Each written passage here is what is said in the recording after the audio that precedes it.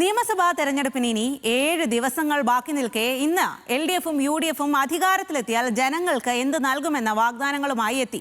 60-ദിന പദ്ധതികളുമായി ഇടതും 5-ന് ഗ്യാരണ്ടിയിലൂന്നി വലതും. ക്ഷേമ പെൻഷൻ 3000 ആക്കുമെന്ന് രണ്ട് കൂട്ടരുടെയും ഉറപ്പ്. നിലവിലെ വികസന പദ്ധതികളുടെ തുടർച്ചയും പൂർത്തീകരണവും ഉറപ്പെന്ന് LDF പറയുന്നു. സ്വപ്ന പദ്ധതികളെന്ന് UDF-ഉം പറയുന്നു. അടിസ്ഥാന വിഭാഗങ്ങളെ, കർഷകരെ, യുവാക്കളെ, സ്ത്രീകളെ, സംരംഭകരെ എല്ലാം ലക്ഷ്യമിട്ടുള്ള വാഗ്ദാനങ്ങൾ ഇരുകൂട്ടരും നൽകുന്നുണ്ട്.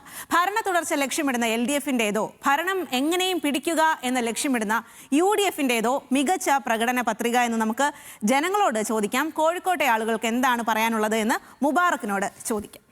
കേരളം തെരഞ്ഞെടുപ്പ് ചൂടിലേക്ക് എത്തിക്കഴിഞ്ഞു. 3 മുന്നണികളും അവരുടെ തെരഞ്ഞെടുപ്പ് പത്രികകൾ പുറത്തിറക്കി. ആരുടെ വാഗ്ദാനങ്ങളാണ് കൂടുതലായി പാലിക്കപ്പെടുന്നത്? ഈ വാഗ്ദാനങ്ങളൊക്കെ ജനങ്ങൾ സ്വീകരിക്കുന്നുണ്ടോ? എന്താണ് ഇവരുടെ അഭിപ്രായം? നമുക്ക് ചോദിച്ചു നോക്കാം. വാഗ്ദാനം പാലിക്കാനും നമ്മളിപ്പോൾ അനുഭവിച്ചുകൊണ്ടിരിക്കുന്നത് കേരളത്തിലിപ്പം ഭരിക്കുന്ന സർക്കാരിൻ്റെ വാഗ്ദാനമാണ്. കാരണം അത് അച്ചട്ട പോലെ പാലിക്കുന്നൊരു സർക്കാരാണ്.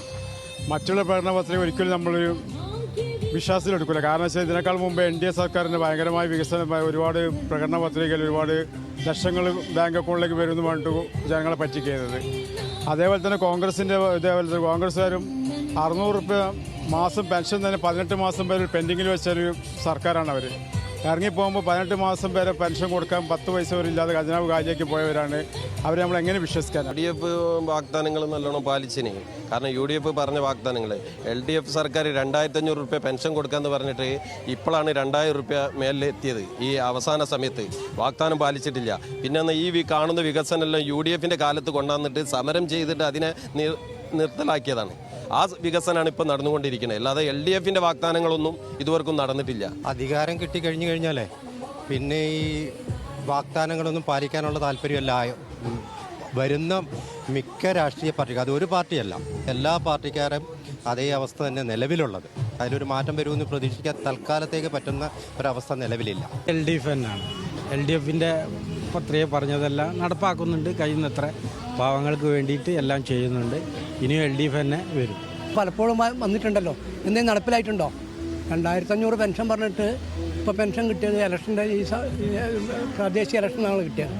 പ്രകടന പത്രിക 3 കണ്ടു, പക്ഷെ അതൊക്കെ നിറവേറ്റപ്പെടുമോ എന്നുള്ള സംശയമുണ്ട്. കാരണം കഴിഞ്ഞ LDF സർക്കാരിൻ്റെ പ്രകടന പത്രികയിൽ സാമൂഹ്യക്ഷേമ പെൻഷൻ 2500 രൂപയാക്കുമെന്ന് പറഞ്ഞിരുന്നല്ലോ.